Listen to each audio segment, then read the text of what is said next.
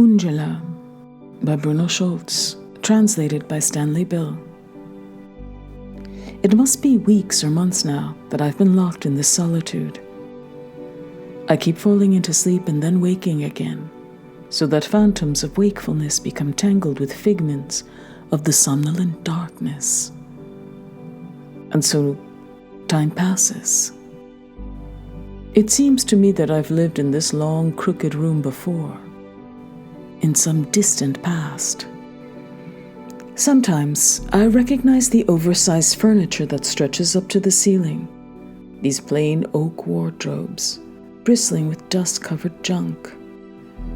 A large multi-armed tin lamp hangs from above, swaying gently. I lie in the corner of a long yellow bed, my body barely filling even a third of its expanse. There are moments in which the room, illumined by the yellow light of the lamp, seems to vanish from my sight. In a heavy lethargy of thought, I feel only the calm, powerful rhythm of my breath, as it raises my chest in a regular beat. In harmony with this rhythm comes the breath of all things. Time oozes away with the vapid hissing of the oil lamp. The old furniture cracks and creaks in the silence. Shadows lurk and conspire in the depths of the room, jagged, crooked, and broken. They stretch out their long necks and peer at me through their arms. I don't turn over. What for? As soon as I look, they will all be quiet in their places again, and only the floor and the old wardrobe will creak and groan. Everything will be still, unchanged, like before. Once more, there will be silence, and the old lamp will sweeten its boredom with a sleepy hiss. Great black cockroaches stand motionless, staring vacantly into the light. They seem dead.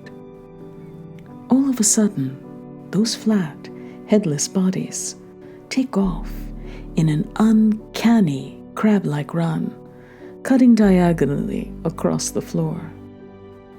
I sleep, wake, and then doze off again, patiently pushing my way through sickly thickets of phantoms and dreams.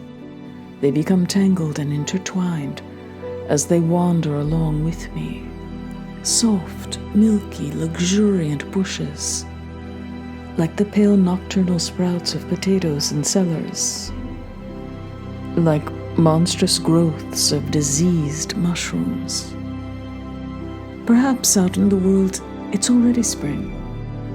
I don't know how many days and nights have passed since that time.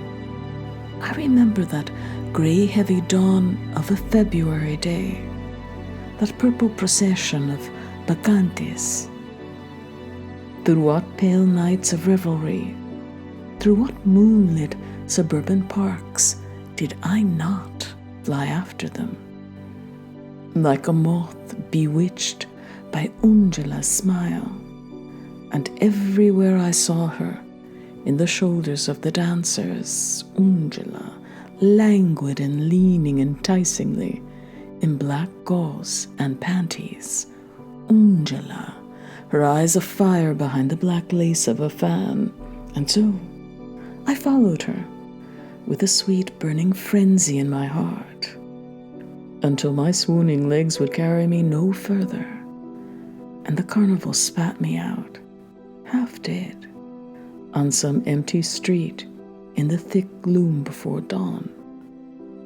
Then came those blind wanderings, with sleep in my eyes, up old staircases, climbing through many dark stories, crossings of black attic spaces, aerial ascents through galleries swaying in the dark gusts of wind, until I was swallowed up by a quiet, familiar corridor, and found myself at the entrance to our apartment of my childhood years.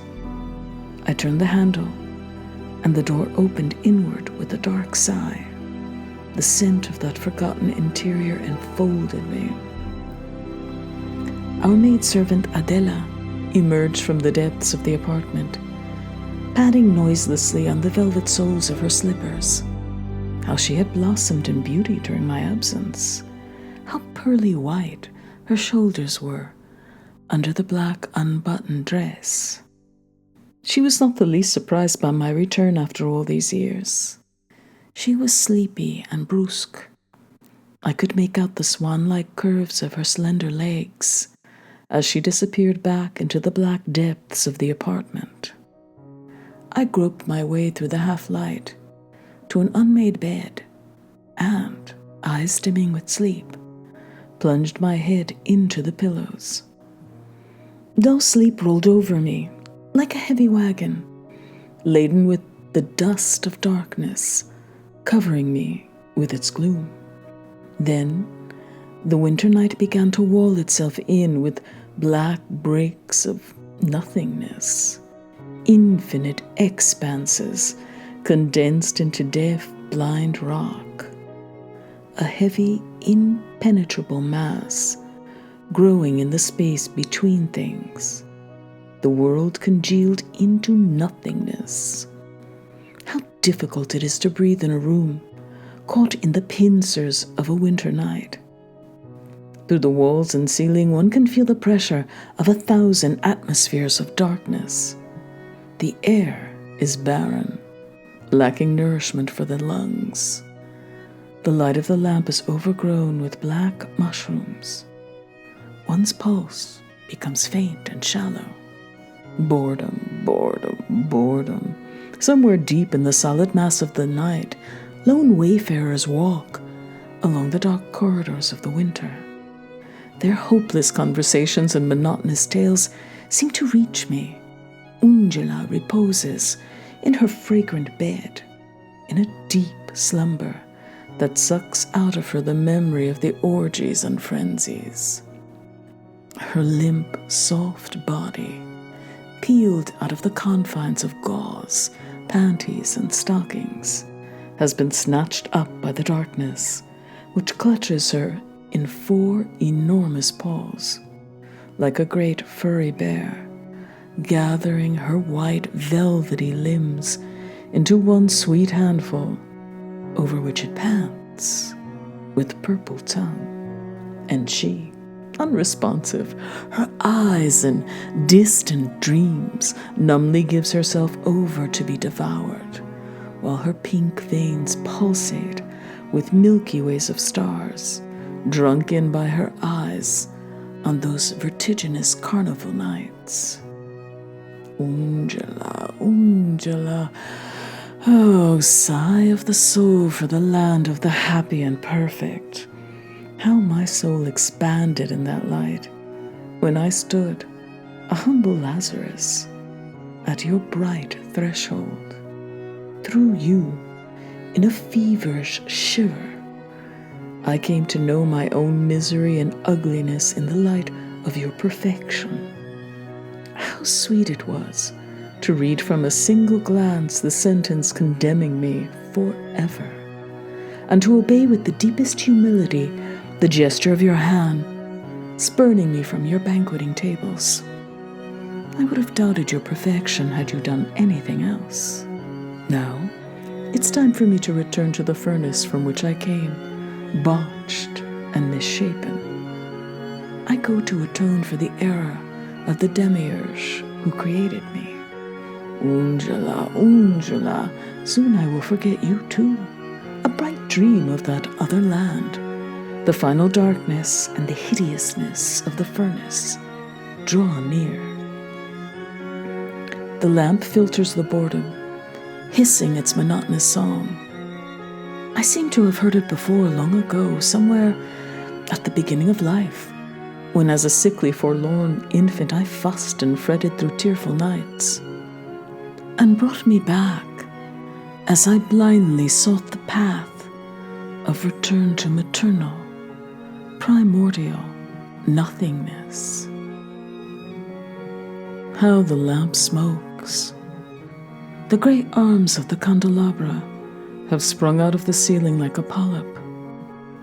The shadows whisper and plot. Cockroaches scuttle noiselessly across the yellow floor. My bed is so long that I can't see its other end. As always, I am ill, gravely ill. How bitter and filled with abomination is the road to the furnace. Then it began. These monotonous, futile dialogues with pain have utterly worn me down. Endlessly I argue with it, adamant that it can't reach me as pure intellect. While everything else becomes muddled and clouded, I feel ever more clearly how he, the suffering one, is separated from my watching self. And yet, at the same time, I feel the delicate tickle of dread. The flame of the lamp burns ever lower and more darkly. The shadows stretch their giraffes' necks up to the ceiling. They want to see him. I hide him carefully away under the quilt. He is like a small, shapeless embryo, without face, eyes, or mouth. He was born to suffer. All he knows of life are those forms and monstrosities of suffering that he meets in the depths of the night in which he is plunged. His senses are turned inward, greedily absorbing pain in all its varieties. He has taken my sufferings upon himself. Sometimes it seems he is nothing but a great swim bladder, inflated with pain, the hot veins of suffering upon its membranes. Why do you weep and fuss the whole night through? How can I ease your sufferings, my little son? What am I to do with you? You writhe, sulk, and scowl. You cannot hear or understand human speech. And yet, still, you fuss and hum your monotonous pain through the night.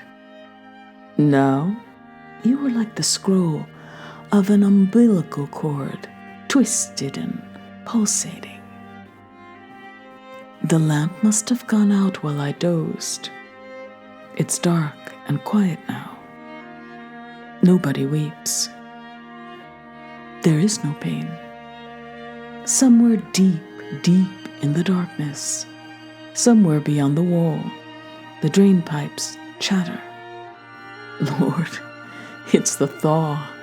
The attic spaces dully roar like the bodies of enormous musical instruments. The first crack must have formed in the solid rock of that black winter. Great lumps of darkness loosen and grumble in the walls of the night. Darkness pours like ink through those fissures in the winter, muttering in the drain pipes and sewers. Lord, the spring is coming. Out there in the world, the town slowly releases itself from manacles of darkness. The thaw chisels out house after house from that stone wall of darkness. Oh, to draw in the dark breath of the thaw with my breast again. Oh, to feel upon my face the black, moist sheets of wind sweeping down the streets. The little flames of the lamps on the street corners shrink into their wicks, turning blue as those purple sheets of wind fly around them. Oh, to steal away now and escape, leaving him here alone forever with his eternal pain. What base temptations do you whisper into my ear, O wind of the thaw? But in what neighborhood of the town is that apartment? And where does that window face, knocked by its shutter? I can't remember the street of my childhood home. Oh, to look out that window and to meet the breath of the thaw.